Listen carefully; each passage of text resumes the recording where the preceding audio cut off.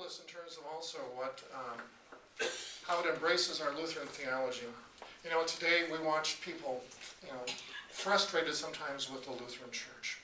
And they want to go to a congregation, they want to go to a church, they want to go to a pastor that gives them the answers. And yet, our good Lutheran theology says, we live by faith. Part of life is a mystery. We do not have all of the answers. Some people expect that all of life and that all of places, that there's a right and a wrong. You're in this place or you're in that place, and watch how the world has polarized itself in this day and age, particularly over politics, but in life in general as well. Our Lutheran theology says, it doesn't work that way. Everything is not black and white. There is this gray in between. And part of life is a mystery. It's at the heart of who we are and what we believe as Lutherans, that we are saints and sinners at the very same time. Simul justus et peccator. Saints and sinners at the same time. Some people today say, well, you're either a saint or you're a sinner, and I'm the saint, and obviously you're the sinner, right? Lutherans don't go that route. We are saints and sinners at the very same time. How is that possible? I don't know. It's part of the mystery. Part of our wonderful Lutheran theology is that we can live with ambiguity. And that frustrates the heck out of all sorts of people. And it's why some people decide that, I can't live here. I've got to go find some place that gives me all the answers. Well, but you'll never find all the answers. That's why our Lutheran theology is so good.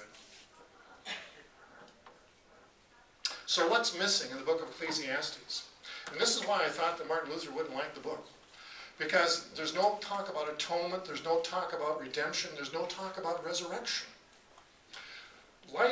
Death is the final say in the book of Ecclesiastes. There's no afterlife, there's no living with God, there's no promise of heaven in Ecclesiastes.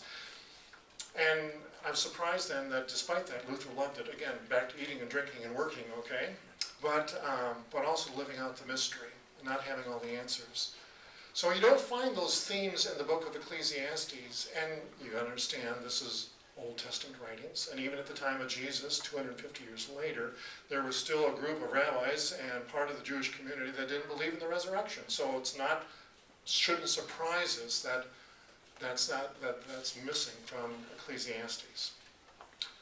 So what about today? Young people today love the book of Ecclesiastes. Baby boomers who grew up with turn, love Ecclesiastes. Because we've got a whole group of people who are searching for the meaning and the purpose of life.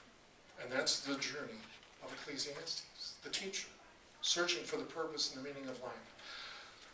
The Gen X, Gen Y people today have watched their moms and dads and grandmas and grandpas, the baby boomers, who went off and who thought it was all about, making a living, making a lot of money, and watched moms and dads and families get divorces and all things fall apart, and you could be as wealthy as one could be, and yet you were taking antidepressants, and you watched young people that say, that's not the journey I want to go on. What's been wonderfully surprising and a real blessing at Luther Seminary is we've watched this young generation come forward today that comes to Luther Seminary, and they are significantly different than previous groups that have come to Luther Seminary. They are like the great generation. They're the generation who says, this is not about me. That's what mom and dad were about. It was all about, me. But we're watching a young generation come forward today, the Gen X, Gen Y generation, who are saying, I want to make a difference in the world. I want to find purpose and meaning in this world. And we're watching young people come to the seminary today who 10, 15, 20 years ago would never have come. They would have gone off to Microsoft or Apple. They would have gone off to become lawyers and doctors. We're watching these bright, gifted young people searching for the purpose and the meaning of life, showing up to seminary. They want to make a difference in the world. That's where Ecclesiastes comes in. So with that, as we just, I thought that the key passages, Ecclesiastes, there are three passages in Ecclesiastes I think that stand out. Chapter 3, The first 8 verses, the 28 a time twos, a time to go and a time to die, to understand that in the midst of all of life there are good times and bad times, and that God is there in the midst of all of them. And sometimes the moment between the good and the bad is so narrow you can't even understand the difference. It's not always black, it's not always white, you can live in the in-between. And the beauty of Ecclesiastes 3 is one that, is worth reading. It's worth putting on your mantle in some way or another. The 4th chapter of Ecclesiastes, verses 9 through 12, it's the passage that gets read often at weddings. 3 chords, 3 strands are better than one. That it's about, and it's the image of, three strings. The husband, the wife, and God being bound together. You can break 1 string, you can break 2 strings, but you bind 3 strings together and it becomes strong, and it's very tough to break. And it's the wonderful message that we use many times as we proclaim the gospel in the midst of wedding sermons, that husband, wife, and God together, bound together, locked together, stay together. And the beauty of that message. And then, of course, the 12th chapter, verse 1. The confirmation piece, remember your Creator in the days of your youth. The wonderful other passage that often gets spoken about in Ecclesiastes. Well, we've given you a little bit of a preview of what is to come. Giving you perhaps a little bit of a background. Jim Lindbergh will take you deeper. He'll have you swimming with the fishes, okay, in terms of a better understanding. But from a pastor's perspective, this is a wonderful book with some powerful themes that gives permission in life to be doubters and skeptics, to be able to say, how is this possible? I don't have all the answers. Great good news to be used.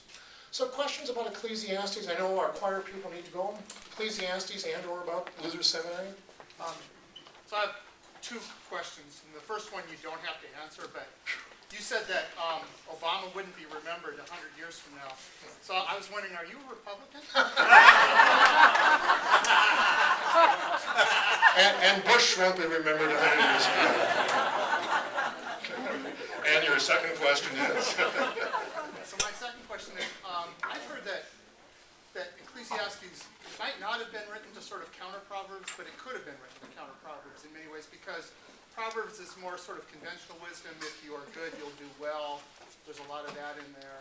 And that both, you also talked about Job, that the 2 latter books, Job and Ecclesiastes, in a way stand as sort of not necessarily a contradiction, at least a counterbalance. Yes, exactly. So that again, if Solomon had written all 3 books, that Proverbs sort of, this is the stuff that makes sense. It's the kind of stuff your grandmother would have told you about life, and these are the things that if you do, you'll reap what you sow, and that's what makes sense out of life. And along comes Ecclesiastes and says, you aren't necessarily going to reap what you sow. You could reap all sorts, you could sow all sorts of good stuff, and bad stuff could still come to you. And why is that possible? I don't know. That's the answer. And so you've got Ecclesiastes as sort of being the counter voice to Proverbs. Yeah. Just a comment that you talk about Lutheran theology, except there are piles of Lutherans who don't see things in grays. Yes, you're right. And that's the beauty. And that's the beauty of our Lutheran theology as well. That there is room in this tent for many, which frustrates. But that is the message of our Lutheran theology. And there are people who are Lutheran, but who are saint and sinner at the very same time, and who will claim the sainthood and reject the sinner. And that's true of all of us. But the beauty of our Lutheran theology is there's room for ambiguity, and that really is where we're at. But not everybody, but we'll all pick and choose what we want to hear,